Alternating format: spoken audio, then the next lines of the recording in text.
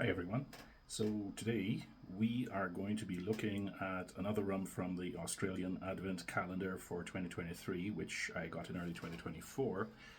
And this time we're going to look at a 48% Australian rum from the southern state of Victoria from a distillery called Yack Distillery. That's Y-A-C-K, not Y-A-K. It's not from Nepal or anything like that. And basically they shortened the name of the town that they're around from Yakandanda, which is kind of like kind of amusing itself, because like, how are you going to put that on a label and figure out how to find the space for it and even pronounce it right? I mean, it's just going to look kind of weird. So I've talked about this rum before in another review, number 921.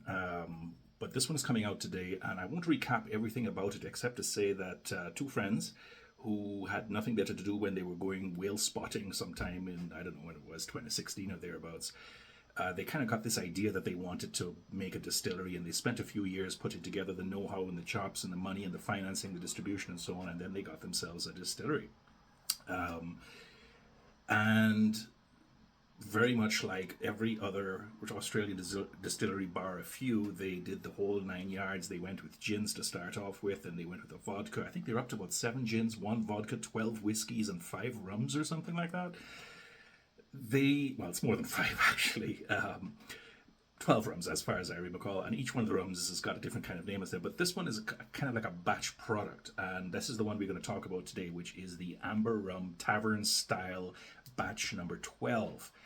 I have no idea what Tavern Style rum actually is. It may be some kind of overproof, maybe something unique to Australia. I really don't know. I hope somebody puts a comment in and tells me what it is, because I just find it like such a great name, right? Tavern Style. It's just like you're going to swing that little sucker back in a keg or something, right? Anyway, it's made on a hybrid still, right? They've got a 1200 litre pot still with a column kind of tacked onto the side of it, and they make it with Caribbean yeast, and I think it is grade A molasses that they get from the local sugar refineries around the area.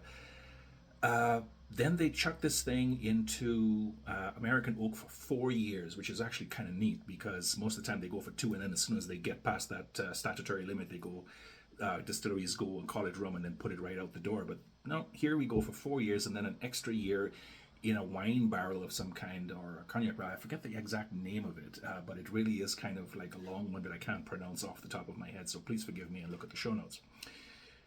Right, so what's it like? Well, depends on how you drink it, right? I'm going to make a point about the way this thing develops, but for the moment, the way it starts is it's very different from batch number 5, which I had reviewed before. Now, batch number 5 was a very traditional kind of rum. It was really well nicely put together. I scored it about 82 points.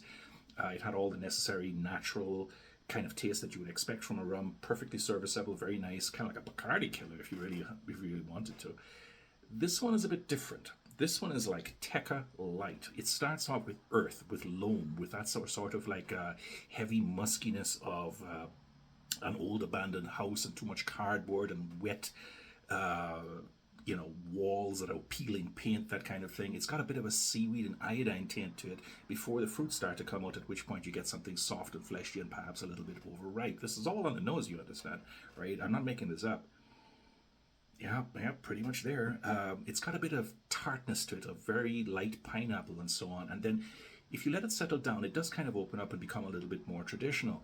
And the same thing goes for the taste. Now, it's at 48%, so it's really not that bad.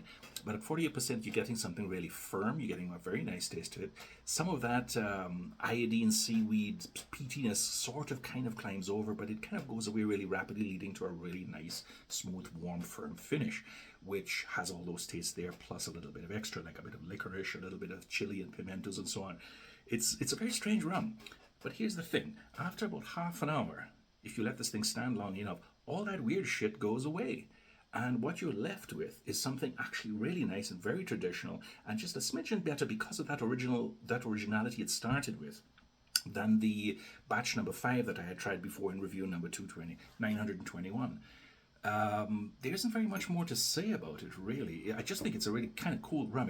It's really kind of frisky. It jumps around a bit like a lamb on a meadow before it kind of like falls asleep and just kind of like, But you would enjoy it, I think. And I'm going to score this one at 83 points, and I think that's exactly what it should take. Perhaps a bit more for somebody who really likes it. But remember your tastes. If you know what your tastes are like, then either drink it right away or let it sit for a while. Just kind of like give it a shot either way to see which way your taste blend. Other than that, it's a really nice rum.